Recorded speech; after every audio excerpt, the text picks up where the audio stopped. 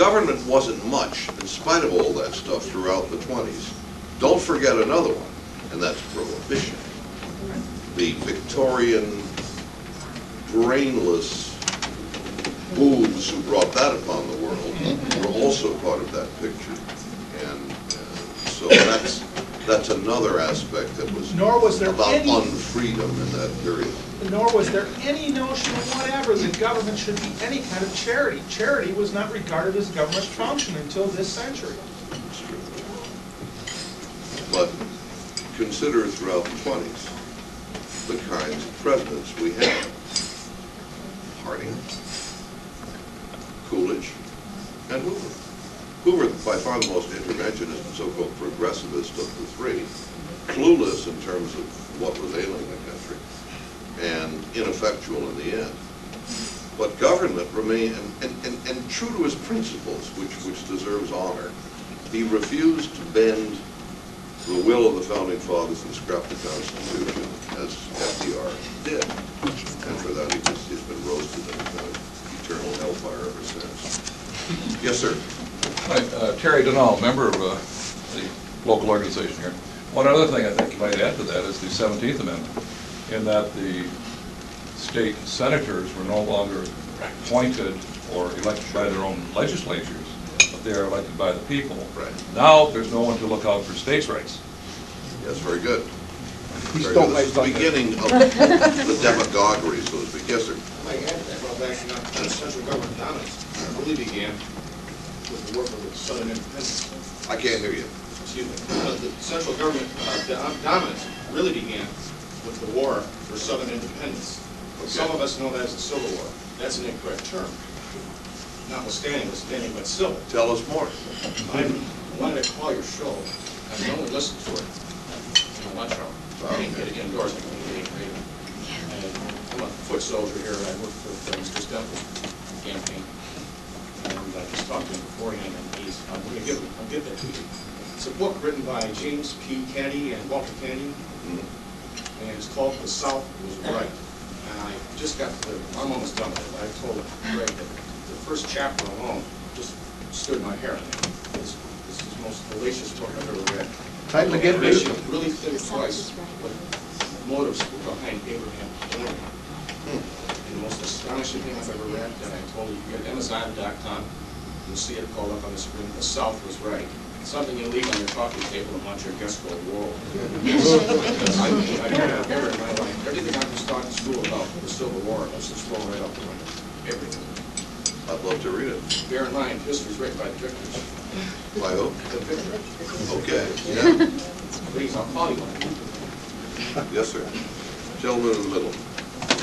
Keith Edwards, I'm editor of the Michigan Libertarian. Thank you. I want to approach several of those questions by covering just a couple of subjects.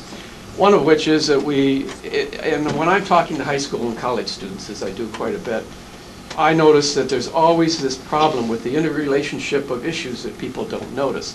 For example, we talk about immigration, and inevitably we come back to the welfare state, because the chief objection to immigration being free is the availability of welfare. And so what libertarians stress as much as they can is that there has to be a central principle involved in this. And I always start off my lectures with kids by defining libertarianism as I found it in the dictionary. A libertarian is a person who values freedom, especially freedom of choice. And then we go on from there to point out personal responsibility and so on. It's this central philosophy that libertarians have that leads to a very great consistency on the issues. And once you approach some of these very general principles, it's easy to derive an answer to any particular issue after that. The other thing I wanted to mention is one of the greatest villains who occupied the White House in my mind was Richard Nixon, because he came in as the savior of free enterprise, instituted wage and price controls. He was against regulation, but created a couple new cabinet departments and a lot of other regulations. And the worst part of it was that he knew what he was doing. He knew that it was wrong, but he did it strictly for political purposes. It was pure pragmatism. Right. The greatest triumph of, and I couldn't agree with you more in your evaluation of Nixon, I think is both superb and on target. Even his great triumph of opening up to China, built on his own shrill denunciation of the traitors who would sell out Shang Right. 5 and 10 years earlier. Right. Easy for you to say, pal. You've been the great demagogue on this issue. Now you reverse field. One of the niftiest and slickest moves, and typical of the moral duplicity of the man. I would also add affirmative action, which gained a tremendous boost under Richard Nixon. The 55-mile-an-hour goddamn speed. By the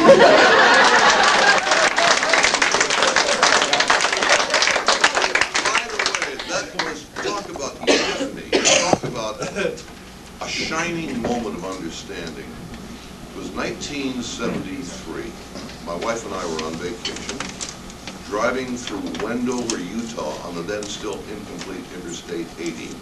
You can see literally 100 miles in every direction. There we were, a beautiful sunset, not a car in sight. Because of Nixon's initiative and the phony gas crisis and all the rest, Nevada State Troopers are out in force on Interstate 80, enforcing 55. Do you know what it's like to be in the Nevada desert and drive 54 goddamn? Yes, I thought, this is madness. This is statist madness. There was another point I wanted to make in connection with this, too. Excursion.